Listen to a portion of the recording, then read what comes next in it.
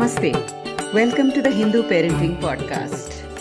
Of all the world religions today, Hinduism is unique in that it is the only surviving major religion to have a living and vibrant tradition of goddess worship. We are currently in the middle of the Sharad Navaratri celebration. Different regions of Bharat celebrate these 9 days with different traditions but equal fervor. This time, on our continuing series of festival episodes, we'd like to focus on the celebration of Durga Puja from Bengal. Our guest today is Monidipa Bose, author, columnist, and research scholar. You can find her articles on history and heritage in many publications. She has recently published a book titled Himachal Temples and the Bengal Connection. Namaste, Monidipa ji. Namaste. Thank you for inviting me on the show. It's lovely to have you on our podcast. So Durga Puja today is synonymous with Bengal. That's the first thing that comes to our minds as soon as we think Durga Puja. Yes. And you grew up in Kolkata. Yes. Okay. So tell us what it was like to be in the midst of the puja celebration there. What excited you the most as a child? See, Durga Puja is something, you have to be a Bengali staying there in Kolkata to understand what it means to us. It is, let's say, a part of us, part of a very living existence, it's there in our blood, part of our genetics. It's part of the Bengal life, basically. We cannot, the moment the Durga Puja Visarjan starts, you will find people writing, posting that this number of days left to see Ma. Let us not be sad, so we can start counting the days. From the time the Murti, they start making the Murti, that day is a big celebration also. And people start writing, see, we are now counting days, 100 days left, 150 days left. So everything is centered around Ma in Bengal life. So those, our puja starts from the 6th day, Soshthi. So for Bengalis, those 5 days are very important days. Like in those 5 days, most of the Bengalis don't cook at home. Except for morning food, they don't cook. They go out, they eat outside, they eat in pandals. They have this community bhog system where anyone who comes in we can eat bhog. Bhog is the Ma's prasad. So people eat that for the next 4 days till Navami. We say Heshel Bondo, means cooking kitchen is closed. We are not cooking anymore. So it is a huge thing for us. And it's a community-based puja. So we go out, we go to the pandals. Maybe we don't know that place. We are just pandal hopping and we go to some place. They're giving bhog. We just stand there, eat bhog. Unknown place completely, but it's a part of the community puja utsav. So we go eat there. We go after the bhog lunch. We start again pandal hopping. Go to a different pandal. But it is a sort of community puja. So everybody is involved in it, and it's Durga Puja and Bengali, as you said, synonymous. We cannot think of any without Durga Puja. Our existence is not there. You can say. Okay, and so children especially wait for this puja because in Durga Puja, Bengalis will have 5 new dresses for the 5 days. Every day you have to wear a new dress with the 2 grandest dresses on Ashtami and Navami. And every day, Soshthi, you have to put a new dress on because it's considered Ma has come and you have to wear a new dress. After that, every day it's a new dress. So the children especially are children and women. Women will go and buy new saris for each, new one for each day. And children, they get dresses. Very young ones get 2 dresses per day. And so it's a huge festivity and new dresses, new jewelry, new saris. So it's a big thing for the Bengalis. Yeah, so it's a time to let loose, no? Basically. Yes, let go of everything and just enjoy. Ma has come home, so let us enjoy. Let go of everything. Yeah. So what is the story behind worshipping Ma Durga at this time? It is actually Ramayana in Bengali version, not the original Ramayana, not the Valmiki Ramayana. In Bengalis, we have the Bengali version written by Krittivas Ojha. He had Okay. written Bengali Ramayana. He had translated the Valmiki Ramayana, but he had made certain changes according to the Bengal area, local pujas and all. Since Matrika Puja, the Devi Puja, Shakto Puja is very strong in Bengal, what he had done is there is a part where Sri Ram, he worships, before going to Ravan, he is worshipping a god. In Valmiki Ramayana, he worships Aditya, that is sun god. But what Krittivas Ojha did, since Durga worship is very popular in Bengal, Matrika worship, so he changed that and he put in that Lord Rama, before going to the war with Ravana, he worshipped Devi Durga.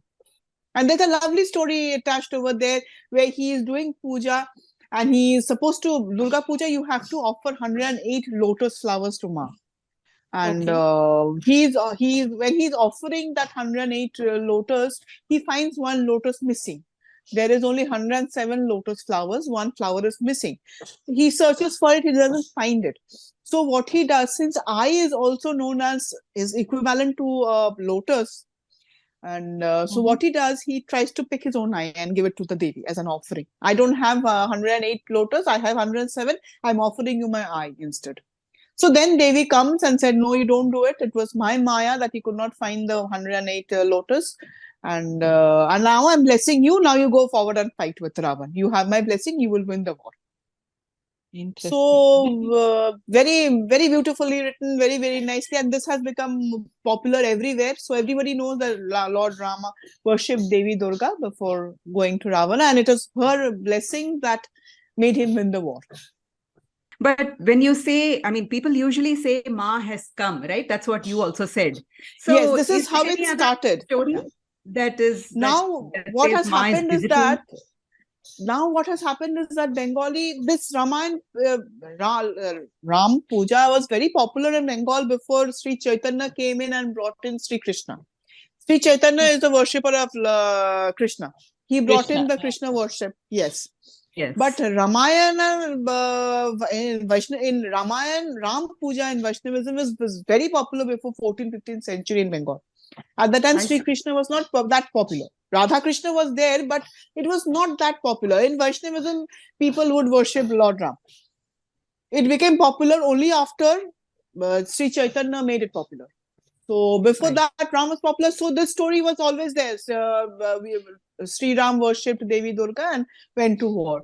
What had happened is that with that, the Bengalis, it is form of, let's say, it's a local tradition. They see Devi Durga as a daughter of the family, who is coming during the puja. 5 days that she's coming, she's going to stay with us as a daughter of the family. So that is why this celebration is so wild. People go so happy in craziness, buying new jewelry, because the daughter of the family is coming and she's going to stay with us for the next 5 days. Like the mother is very happy when the daughter comes home from the in-laws' home. Same feeling, the same happiness. That daughter is coming home. This is a local tradition. This is nothing to do with Puranic story or anything. This is very local, very, very dear to heart of the Bengalis. That Ma is coming, meaning the daughter is coming, and we are now going to celebrate because she's coming from her in-laws to visit her Maika. So that is how we see it. If you have a Durga Puja in the house, the main oldest lady in the house is seen as the mother, and so her daughter, she will treat Devi Durga as her daughter. She will when she comes, Mishti Mukh, we say, give her sweet. When she goes also, she will give sweet, put sweet in her mouth and say, come again next year. So it's a very close, one-to-one, very interpersonal relationship with Durga. It is not just she's a goddess and we worship her. No, it is a very family sort of thing. I'm sure other communities also have their own, like Gopal is very close to it's like a member of the family. Devi Durga is also that in Bengali. She is a part of the family. She is a family member who comes for 4 days and 5 days and stays with us, and then she goes away. So we again start counting when she will come, once she goes. So it's a very interpersonal relationship with the Devi. It's something, you have to stay there to see how people feel, how people interact with her to understand. We had done a Ganesh Puja podcast very recently Mm-hmm. with the Ganesh Gauri tradition from Karnataka. And Mm-hmm. it is totally amazing how similar the folk tradition is. The daughter of the family Mm-hmm. coming back to Yes. visit the Uh, celebration, and mm-hmm. the folk traditions in different parts of India are Mm. um, are not only just beautiful, but they all seem to have the same thought process behind it, the same Yes, tradition yes. in many, It's a many forms. it was when it was made, these connections, they were very well made connections, very well thought of connections. When I read the Vedas and the Puranas, all these things, I find those time people are very intelligent. They knew how to connect everything, keep people together. It's very beautiful if you read the Vedas and the Puranas and how it has been connected till the modern era. I have written papers on this Shakto development. When I was reading the research papers, I was thinking our ancients were so intelligent. They connected things so beautifully and made this entirely beautiful religion. So it's these connections that we are finding now, like Karnataka this way, the same story. Bengal is also saying in a different way. These are all connections, cultural connections between various communities brought together under one big umbrella, which is Hinduism. True. And then there is also the beautiful connection between the folk tradition and the Yes. overall the tradition that is passed down from, say, the Itihasas and the Puranas. Yes. Yes. That Yes. again is a beautiful connection, and woven together so nicely. Yes. Beautifully woven. So, what is the reason for this Matrika worship being so strong in Bengal? It is the Shakta form of worship, no? It Why is a is it so Shakta form of strong? worship. Because there are I have read some of the anthropological papers. Some of them say that the eastern zone of India had a strong, possibly this is not very, what to say, there are a lot of contentions on this also, but they're saying possibly it was at one point matriarchal society, where the mother, even in certain parts of northeast India, you still find there are some matriarchal societies where the mother is the main part, not the father. And probably from there it originated. The hill people, the Himalayan states, many of them had matriarchal societies. Eastern northeast part, they had that. These are all documented. Bengal, we don't have documentations of the matriarchal society, but it is possible that they also had a matriarchal. I'm talking of prehistoric, proto-historic era. They had this matriarchal society where mother was the main figure, and from that it has remained strong in that part. You see, this Matrika worship is still strong in northeast India, eastern India, and in the Himalayan states. Himachal has a very strong connection to Bengal. So it has got carried over there. Himachal has a very strong Matrika worship also. So somehow I feel it could be because of matriarchal society. And see, as I had told you when we were discussing that mother goddess worship, Matrika worship is the ancient most form of religion. It was first religion that man had where they worshipped the woman because she could procreate. She was creating new life inside her body. They couldn't understand how it was happening, but they knew that she is creating a body. So she has some magical power. Ancient men thought this way. She has some magical powers to create a life, and since we need more children to continue with a human this civilization, so we need to worship this woman who is creating new life. So that is how Matrika worship started, and then it got associated with the agricultural fertility also. They're saying that a woman is creating life inside her. Crops are also something similar. New crops are coming on. That is also new life coming on. So they associated the earth also as mother goddess, the Bhudevi. So that is how it got. First came the worship of the human mother, human woman as a Matrika. Then it got associated with the earth, which is Bhudevi. So these are all very ancient forms, and somehow it got continued in Bengal, northeastern part, Bengal, Orissa, Bihar. These are very strong Matrika worship places. So somehow, this is when you say that, give us an example of continuity, religious continuity of in India. Matrika worship is one of the best examples to give. It is there in Harappa. We know there are Matrika figures. It is there in pre-Harappan period. In Balochistan, there have been found figures of the mother goddess, which is prehistoric, which is pre-Harappa, even earlier than Harappa. And that is now continuing in the more evolved form as Devi worship in Bengal, Northeast India, in Bihar, Orissa. It's still continuing. I was just asking Shalini, isn't there some form of this in Kerala also?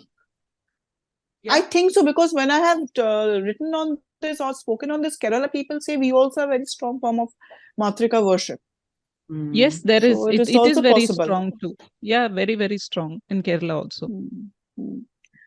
Very strong folk forms of worship, you know. It Yes, still yes. continues in that form, actually. That was the original form. This what we now see Yeah. as folk traditions and all, Yeah, that was the correct, original correct. form of Yeah. religion. I know we have slotted it into folk and classical and Yes, whatnot. these That's always true. slots, not tribals Yeah. and folk. These Yeah. are all British given terms. These were not there. These Exactly. are all part of Yeah. India. Yeah, we have just been a continuum. I think we Yes, have and it's just unbroken. adopted labels. Yeah, yeah. True. Yes, this Yeah. words, tribes, and folk, and everything is adopted from the British, the European colonial Yeah. thing. But we are what to say, continuing that ancient thing. It's amazing to see how we are continuing that thing from the pre-Harappan level in Balochistan to in Balochistan. There are two sites, Mehergarh and Nausharo, where they have found mother goddess figures, and now we are still doing mother goddess worship. It's amazing to think of in that way. So many thousands of years have passed and nothing has changed for Hinduism. And it's not just in Kerala or the Northeast. If you can tie this back, there is a strong tradition of Grama Devata worship in Andhra, in Karnataka, Maharashtra. The respect given to some form of Renuka Devi. So this is like you said, it's a very continuing tradition. It's a very and it's across whole of India. I've been to Tamil Nadu. I've seen those Gram Devatas. They are amazing, and these are all part of Hinduism. All various forms of within Hinduism itself. Right. And is that is that a reason why you associate the color red so strongly with Durga Puja? At least from what I have seen, you have this Sindur Khela. Am I right? I've heard something. Yes, of course. Yes. Red color is very important because red color symbolizes motherhood. Red color is associated with the womanhood. Menstrual blood, it comes from menstrual blood, red color, because our worship of the mother, of the woman, started with fertility, that she's giving birth to a life. They did not know how it was happening, but they knew the woman is carrying it. Somehow she is getting pregnant, and somehow this menstrual blood is connected to her fertility and bearing child. So they saw that this red color, that means symbolizes life.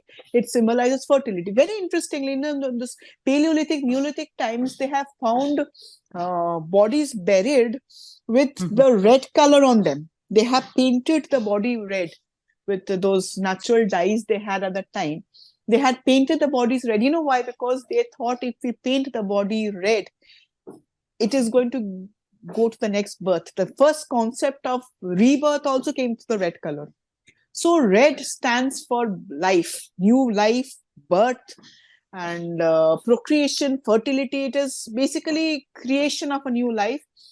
In Harappa, they have found women figurines with red color, like they were sindoor now. That is also a very continuity. We are continuing it from Harappan era. It symbolizes that woman is. We don't know whether marriage as proper as we now know was there in Harappa, non. But this red color in that hair parting symbolizes motherhood. That this woman is ready to procreate. She is ready to bear a child. It means that. That is why you don't find Kumari unmarried girls and widows wearing the red color. sindoor, because they are not procreating, they are not bearing children, they are not ready for it, they are not doing it right now. Once you're married and you're ready to procreate, you have a child, you can have a child socially, so you wear the sindoor. It is signifying, the red color signifies that you are, according to this now modern social rules, you are attached to a man and you are going to bear his child. That is the basic symbolism beyond the sindoor that we put now. Earlier, it meant the same thing in a different way, that the woman is ready to bear children. She is fertile, she can bear children. So the red color is very important for us because it symbolizes mother goddess, fertility. Even it is associated with earth goddess. Some of the tribals, like the Bhil community, which stays in Madhya Pradesh area, they still, smear the earth with red color, because again, it's same thing, menstrual blood. That, so that they get good crops and they can harvest. So again, the red color is also associated with the fertility of the mother goddess. We worship in Kamakha what? We worshipping the mother's, the uterus had fallen there, womb had fallen there basically. And there you have this Ambuvachi ceremony where the mother bleeds. And people go to Kamakya and get clothes stained in that. You get clothes over the small piece. They'll give you a small strip of cloth which is supposedly dipped in her blood. It is red in color and it is dipped in her blood, and you keep it in your puja mandir. So we are worshipping what? We are worshipping the fertility of a woman. We are worshipping a woman. This is the biggest thing in Hinduism, where we are worshipping a woman. And so different from the concept of a woman being. No other religion, trust me, I have read other religious books. No other religion honors woman in this way. Here we are, in other religion, they're busy hiding women. Over here, a woman is wearing sindoor, flaunting her fertility, thing that she is proud to bear children. She is a woman of power. Fertility of bearing a child is something, it's a very, men don't have it, only women can do it. It's a power that a woman has. So, and it's a magical power. So she is flaunting it. In Hinduism, you flaunt your femininity. You are a woman, you flaunt it proudly by wearing a red sari, by wearing a red sindoor. You are flaunting it. I'm proud of to be a woman. Which religion gives a woman this freedom? No, so this begs the question that, I think all ancient cultures always sort of worshipped fertility as being something very primordial, but today, if we see, we have become so queasy about discussing menstruation. We hide menstrual things, and it is considered as a painful thing. And in fact, most women have very difficult menstrual periods, So is it a mindset change that we have become so Victorian or something? Yes, this is completely Victorian. This is completely. See, we went through very bad invasions. Both the Abrahamic invasions were very bad for Hinduism. Then this night marriage thing also started because of the same thing. Ah, really? Okay.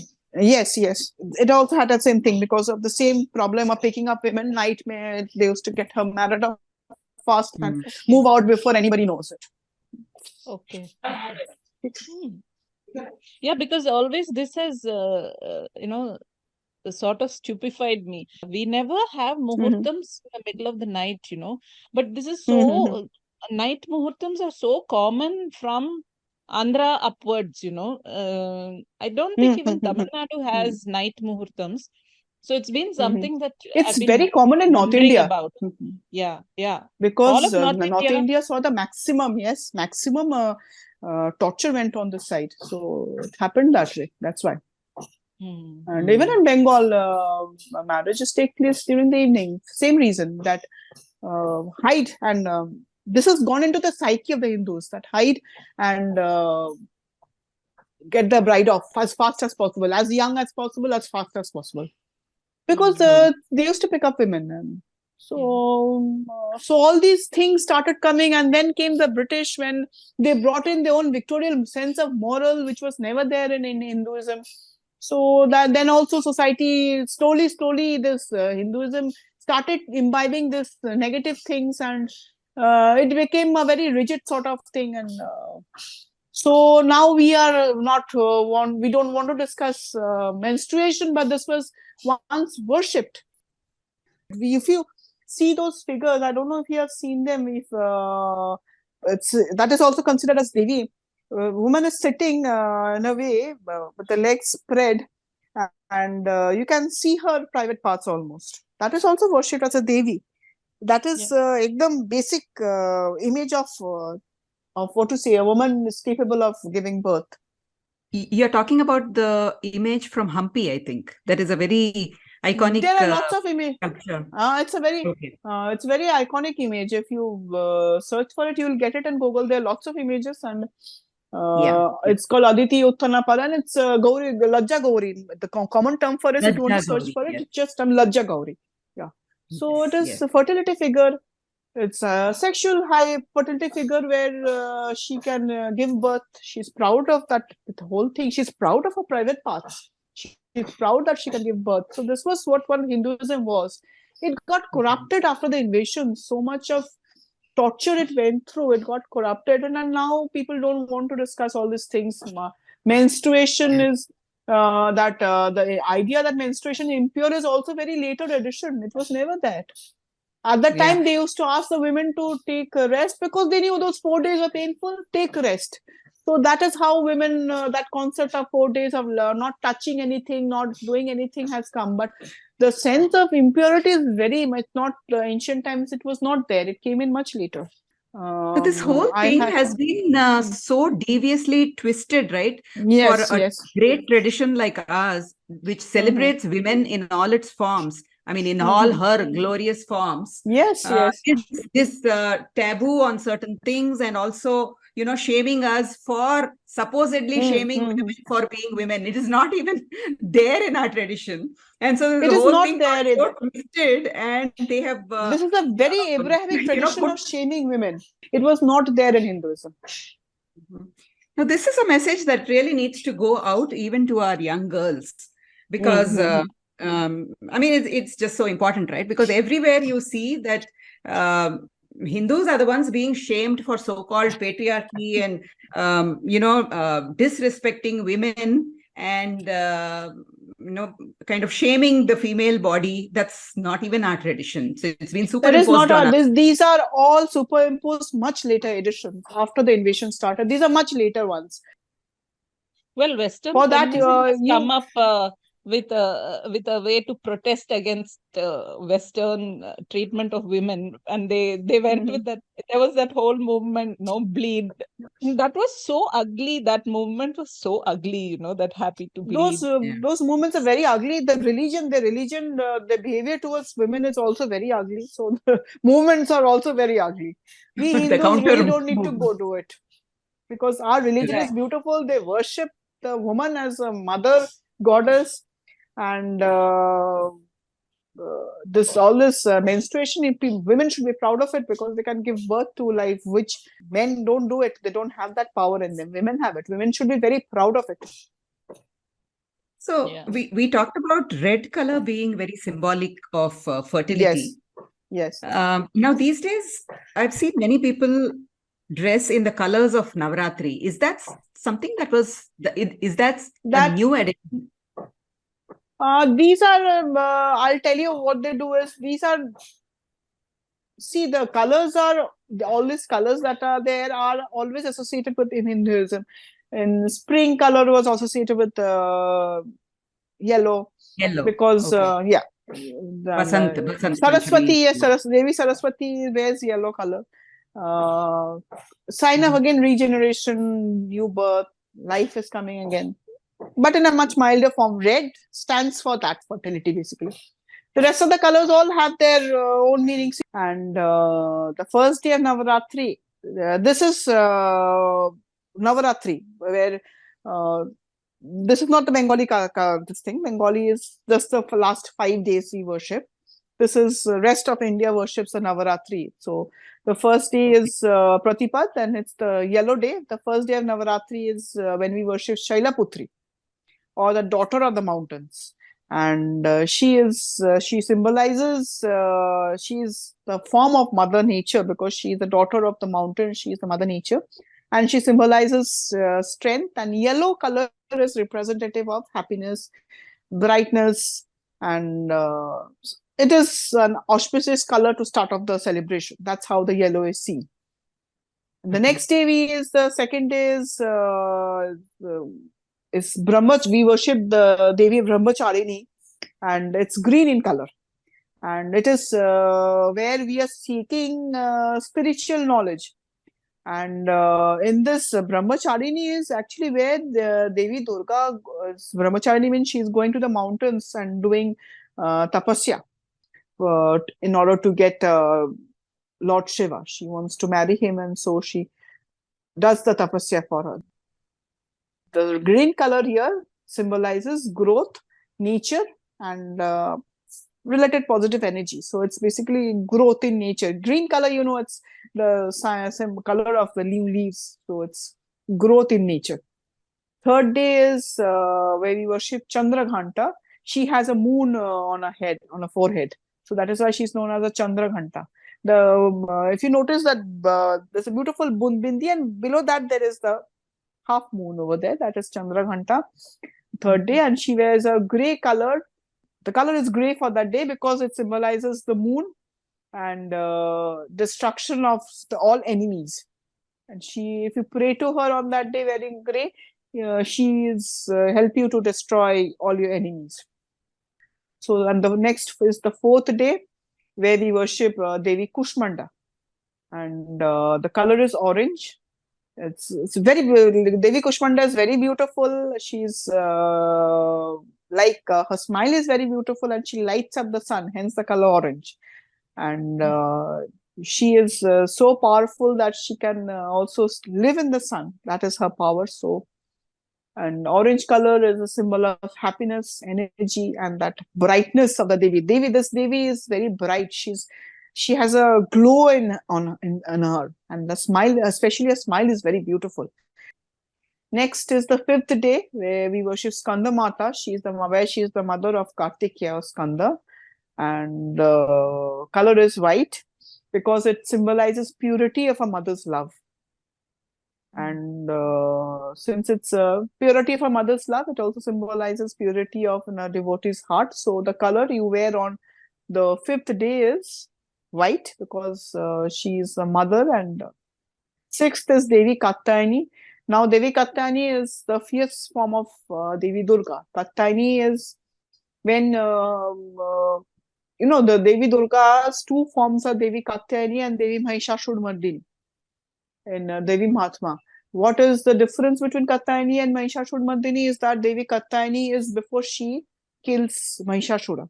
So the moment she pierces Mahishashura's neck and kills him, if you see her murti, imagine her murti, she's taking that trishul and plunging it on the neck.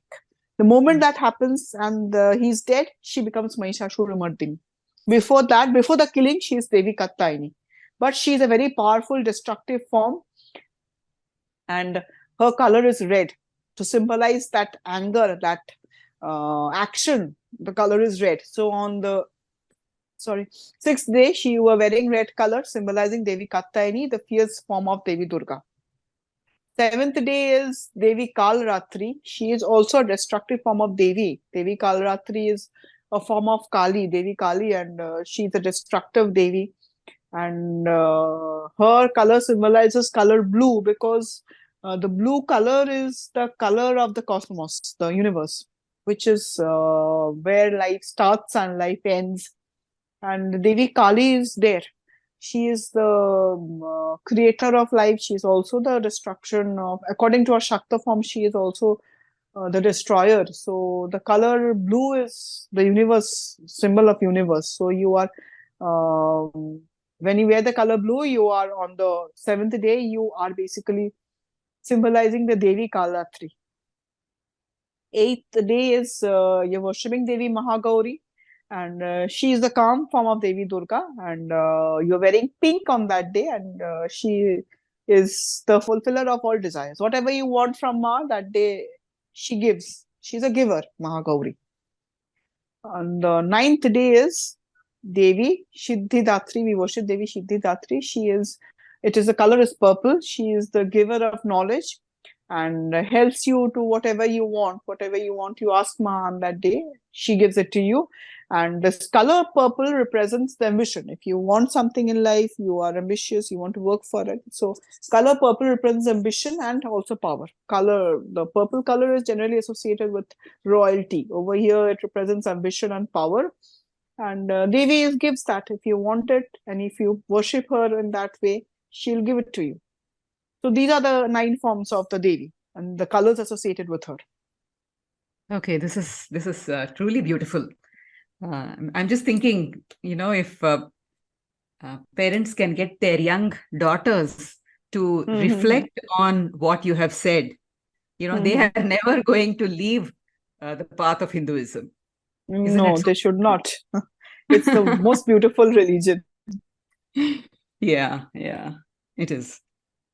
Yeah, what about the rituals for each of the And as 9 for the Bengalis that they do, I'm going into the Bengali ritual of pujas, of Durga Puja. The first, till Shashti, we are not doing anything. From Shashti, the Bengalis start their puja. And this Shashti, there are 3 pujas that happen on Shashti. 3 very important pujas that happen on Shashti. That is known as Kalparambha, Bodhon, and third one is Adhivash plus Amantran. So there are 3 pujas which happen. Kalparambha, which will take place at dawn, at 4 o'clock in the morning. And Kalparambha is a Shankalpa, it is a promise that you make, that you will follow all the true rituals and you will do the puja correctly. So it is a promise, Sankalpa. It is a promise that you make to the god that you are going to do her puja properly and you will follow all the rituals. At that time, the Ghatastapana takes place when you place the ghat and you take a copper pot, you fill it with water and you place it in a corner. So this is Ghatastapana time and you're also doing the Sankalpa. You're promising you will follow all the rituals.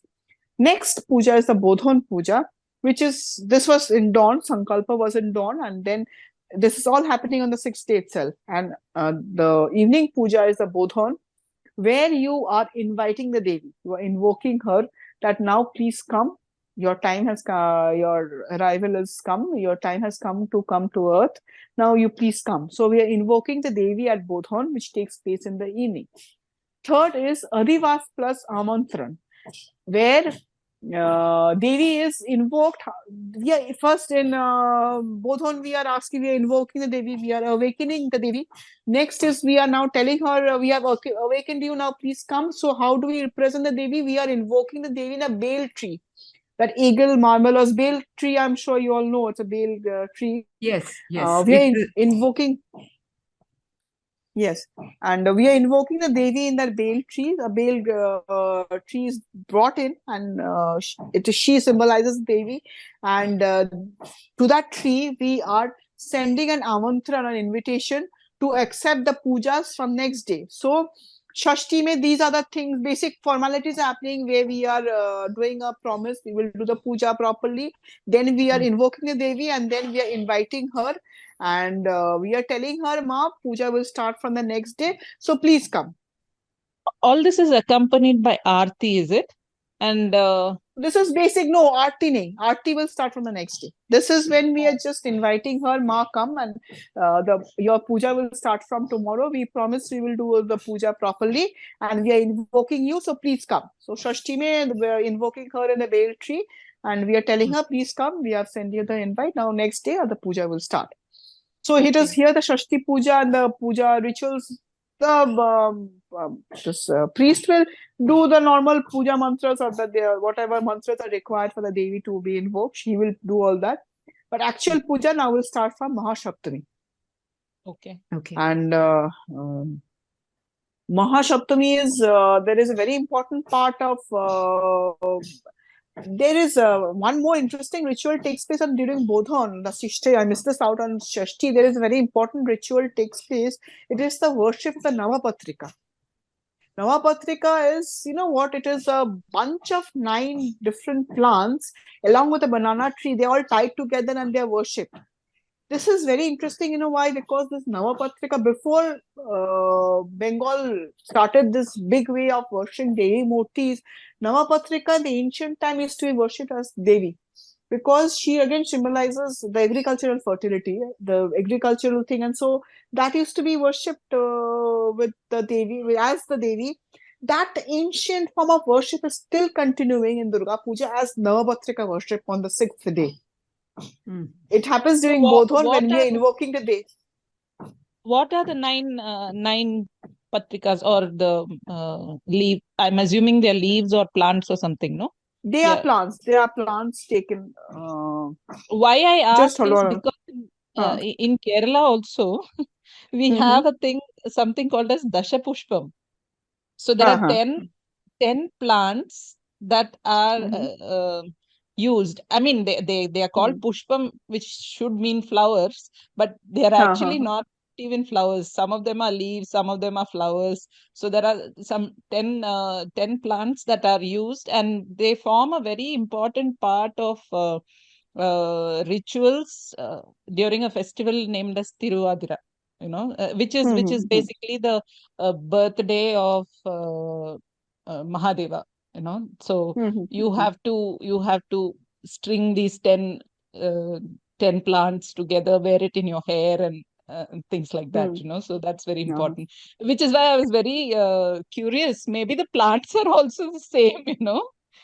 The bale plant is also very sacred to Lord Shiva, to Mahadeva, isn't it? It is very sacred to Mahadeva. Yes, of course. Yeah, it's the same tradition. So I won't be surprised if the 9 plants that you're saying might turn out to be the same as what Malayalis also call as the Dasha Pushpam.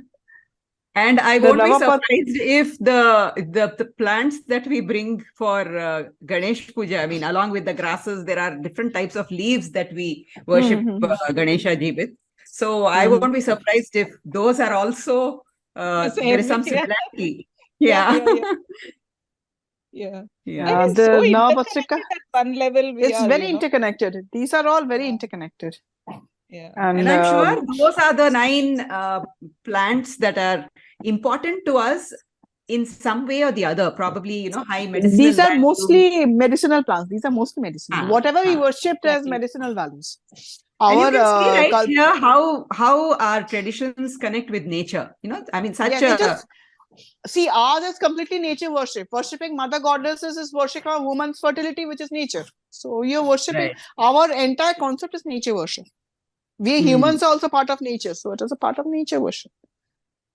True. Yeah. Yeah. So we were at the Navapatrika. The Navapatrika worship, which takes place on 6th day, they take 9 plants. These 9 plants are banana, colocasia, turmeric. See, these are all medicinal. They have some importance, medicinal importance, or other uses are there, like banana, colocasia, turmeric, giant tea, wood apple, pomegranate, arum, rice, and ashoka. Okay, so then I think they are different. The plants are different. I don't know the names off the top of my head. But these must the be concept of 9, 10 is there, This will vary because based on the regional plants that grow. Kerala will have different vegetation than West Bengal. So that is based on whatever grows where.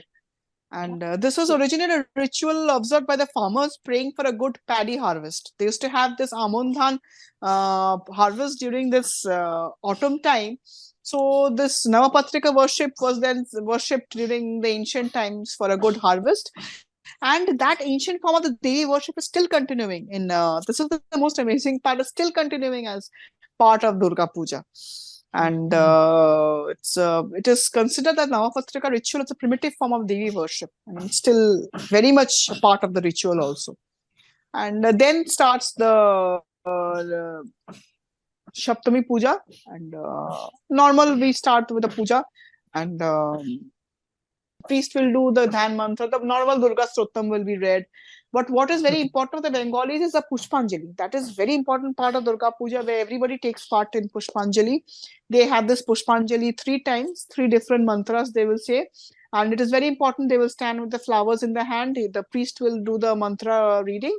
People will recite it. And then after each mantra, you put the flowers on the Ma's feet. So again, once you have done second time, third time, three times. This is a ritual of 3 times. They will do it, and this Pushpanjali takes place every day, and it's very important. All Bengalis will take part in it at least for one day. They will take part in it, and this is a very This most three important part times, of our. 3 times you mean morning, afternoon, evening, like that? No. When you are doing it at that time, you Okay. do it 3 times. In one puja itself, it's done thrice, right? Yes, you will take Ah. flowers 3 times in your hand and put it in our feet three Okay. times. So Okay. anytime, every day we have Pushpanjali. Every day you come, you do it 3 times. Yeah. Okay.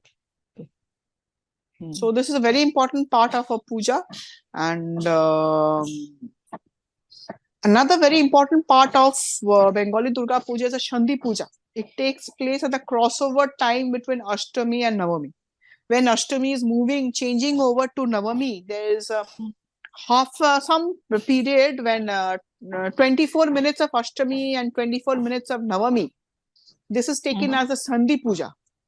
And this is very important for us. And because there are Puranic stories and stories from the Mahabharata also associated with it, where two Asuras, Chanda and Munda, had attacked Devi Mahishasur Mardini from behind.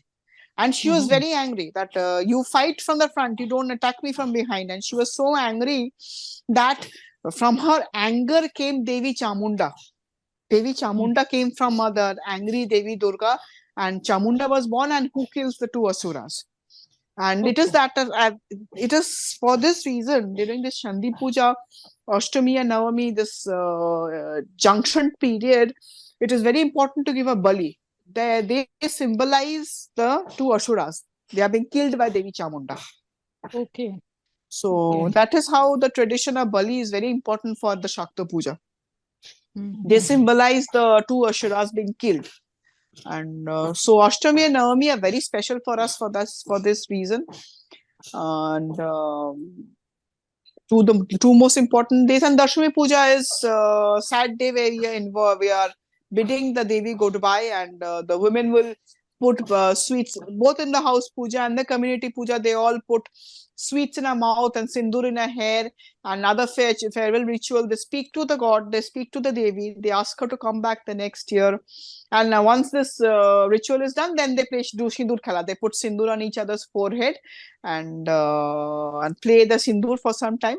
And then after the Dashami Puja is over, there's a Darpan Visarjan which happens, where symbol is basically symbolic Visarjan, which is it signals the end of all festivities, where they place a mirror at the feet of a mother, and the priest bends forward and sees Ma's face in the water reflection. That means Visarjan is over. Now Ma is gone. So that is the main Visarjan happens, and then they take her out and immerse her in rivers and other water bodies wherever they go for Visarjan. That is a symbol. That is just they are taking Ma, and but actual Visarjan happens with that mirror in that water bowl where her face is seen by the priest, and he declares, "I've seen her face," and Visarjan is over. That means Ma is gone now. I see. This is very interesting. I did not know this. I did not know there is a the Visarjan ceremony is different from the actual act of putting the murti in a water body. Yeah, that is just you see but actual Visarjan happens over there. It's very beautiful, very sad. Also, people who have seen it, they say it's very sad to see Ma Visarjan and Ma is going away. That's a very sad moment for everyone. That means it's gone. She's gone now. So tell me, what do you offer during that? You said there is a bali thing required, right? And that's Sandhi Puja. So what is offered as bali generally? Bali, generally, traditionally, they offer a mahisha is offered. Goats are also offered, and mainly these two are offered. What was the first one? What did you say? Mahisha. Mahisha is buffalo, no? Ox, buffalo, ox, yeah, those sort of things. Okay. Yeah. Ox meat, mostly ox meat, yeah. Those were offered, and goats though were offered. And people who don't want to do it, they will offer vegetables as sacrificial items. But Shakta Puja, people generally offer meat is must. for us. Meat as a prasad is a must for us because of this Bali. Because Bali happens on Ashtami Navami, so meat is must for Ashtami and Navami for us. Okay. So the reason that the Mahisha must be the Bali, I guess the ox, is because of the Asura, right? Mahisha Asura. Yes, Mahishasur Mardini. Yes, she's a killer of the Mahisha. Yes. Correct. Yeah, Yes. that's what I was thinking. Okay. Yeah, that kind of ties in, ties up everything for us. So it's Yes. absolutely amazing. And then I wanted to ask you about the conch, the tradition of conch Yes. blowing. Yes. You hear that a lot during the puja time. Bengalis love conch shell blowing, and they will also blow conch shell during earthquakes and any disaster. You will find Bengalis. Everyone is. Recently, I was in. I've gone to Calcutta, and there was a lot of rain with thunderstorms and all. Everybody was blowing the conch shells because they say that the conch shell is said to be symbolic. When the sound that comes out from the conch shell is a sound of Om, and Om is said to be the first sound of creation. That is why we blow the sound of conch shell so much, because it symbolizes a positive thing.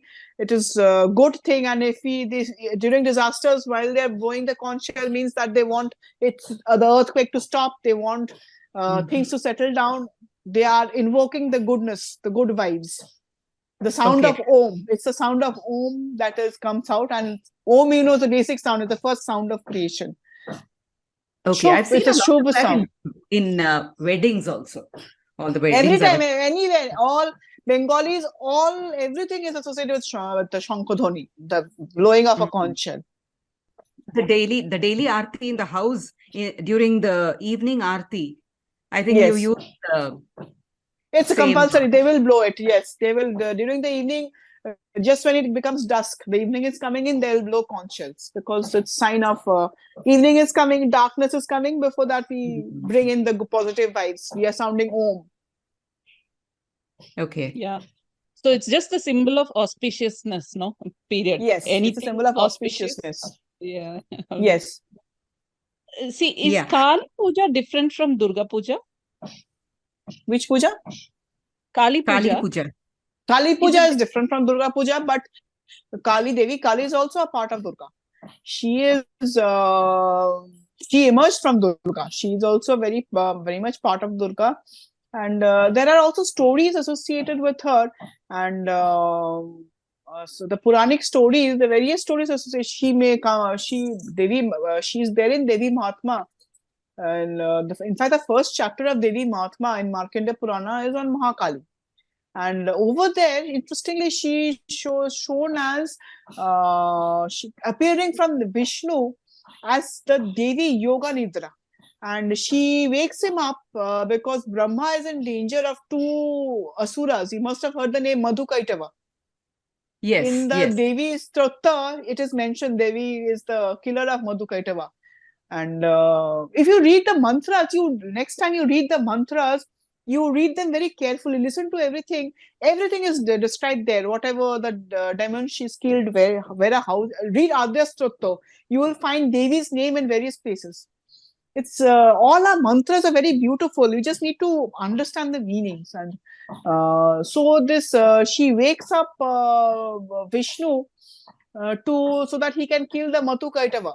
And but Vishnu is unable to kill Madhukaitava because they were very powerful ones, and long battle goes on for a long time. And then Mahakali is seeing that it's going on for too long. She takes the form of Mahamaya and she enchants the two asuras.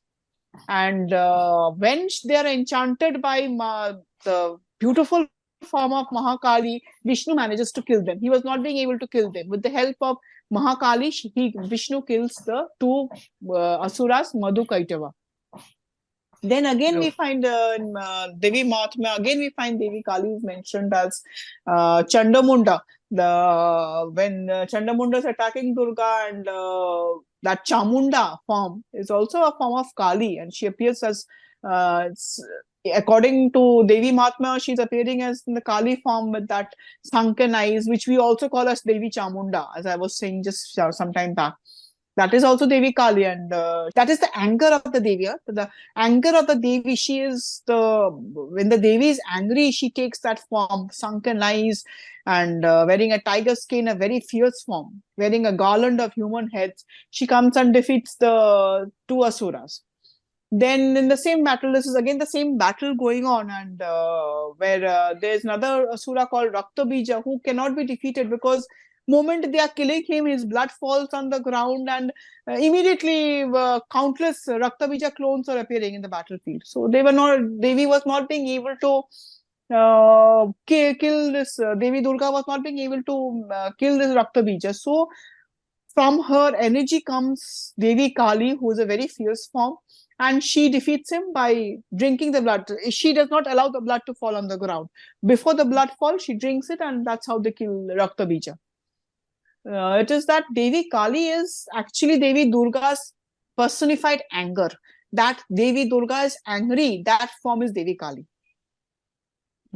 No, it is interesting that you you associated Mahakali with Vishnu, because I mean, I think in general we associate Mahakali with Shiva, right? So because where is the connection to Shiva then? If see, both the groups, Shakta, both the sects of Hinduism connected with the Devi this way. The Vaishnavism connected through this story, and okay. Shiva. Okay. This is how the connections were made. Both the groups, in South India, Vishnu, the Devi is seen as the sister of Vishnu. Vishnu, we call her Vishnu Amma in Tamil Nadu. The Devi Durga is standing on Mahisha with the spear in both her hands. She's standing straight. She is a sister of Vishnu.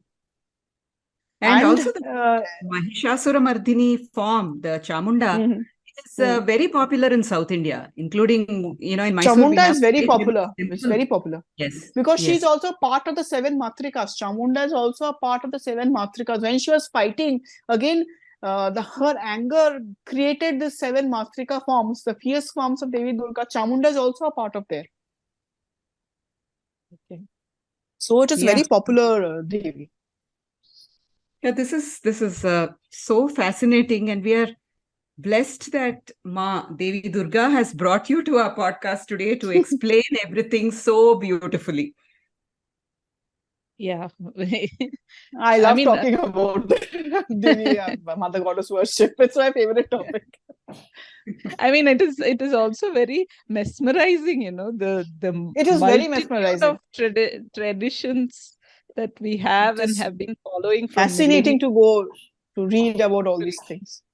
Yeah, I had one, doubt in my mind whether this tradition of worshipping the Murti of Ma publicly was started later, just like how the Ganesh Murti worship was started. It was started later. It was started in Maharashtra and other areas. So I'll tell you the basic history, how it started. Earlier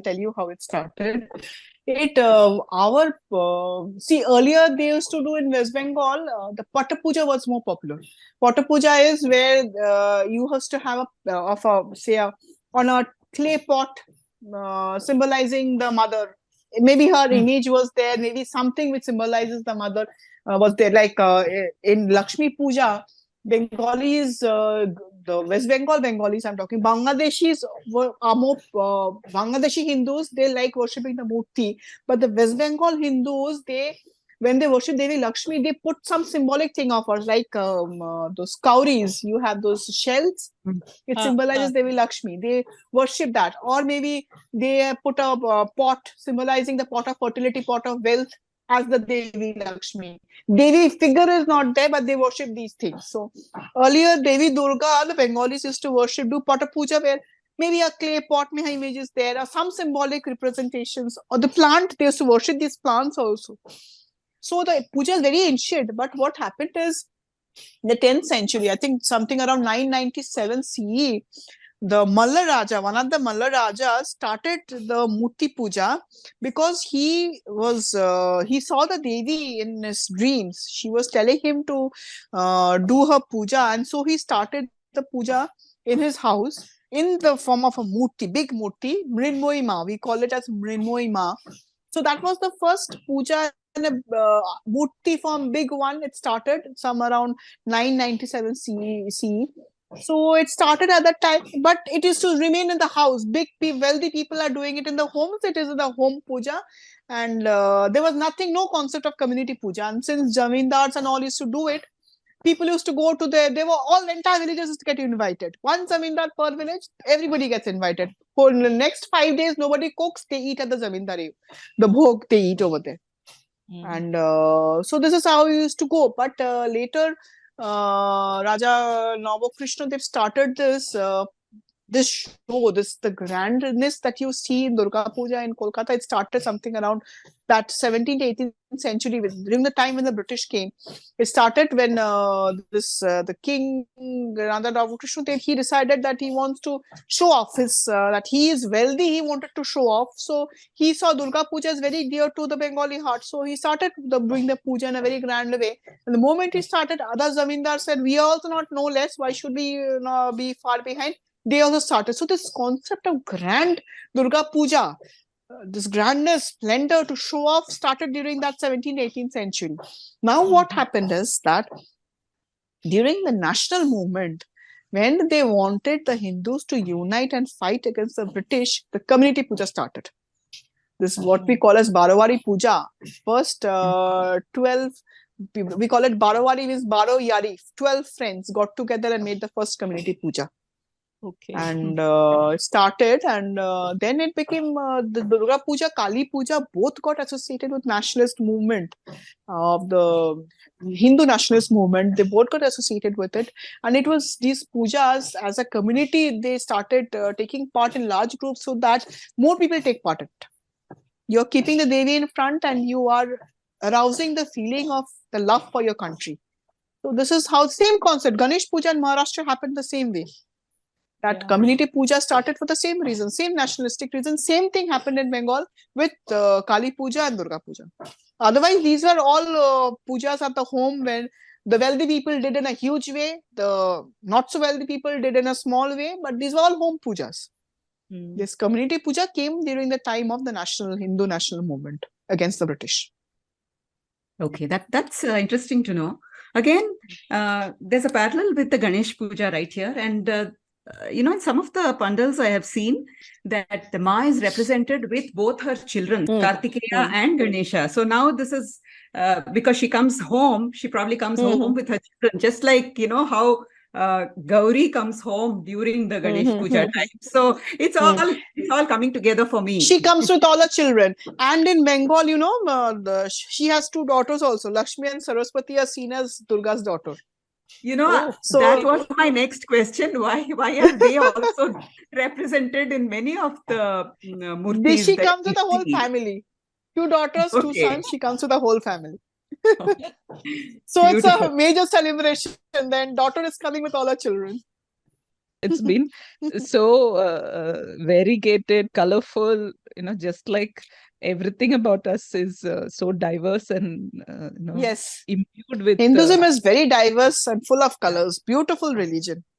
Totally. So thank you, Monidipa ji, for giving us your time so generously and sharing with us the celebrations, the celebrations of Bengal, So yes, it is the celebration of Bengal. Yes, I think we also got transported.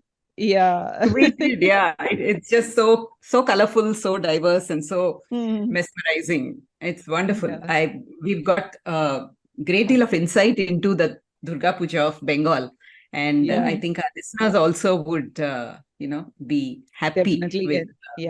Yeah.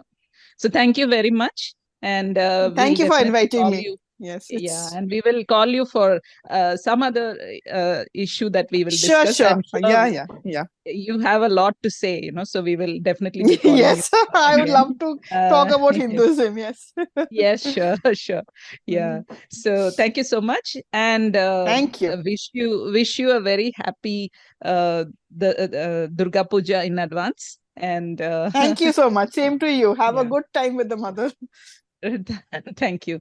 So to our listeners too, We wish you all a very happy Navratri if you're celebrating that, and a Durga Puja if you're celebrating that. Please go and enjoy, and please also understand the significance of our festivals, and you immerse yourself in them, because that's what will keep you rooted to who you are and where you come from. So with that, we will end this podcast.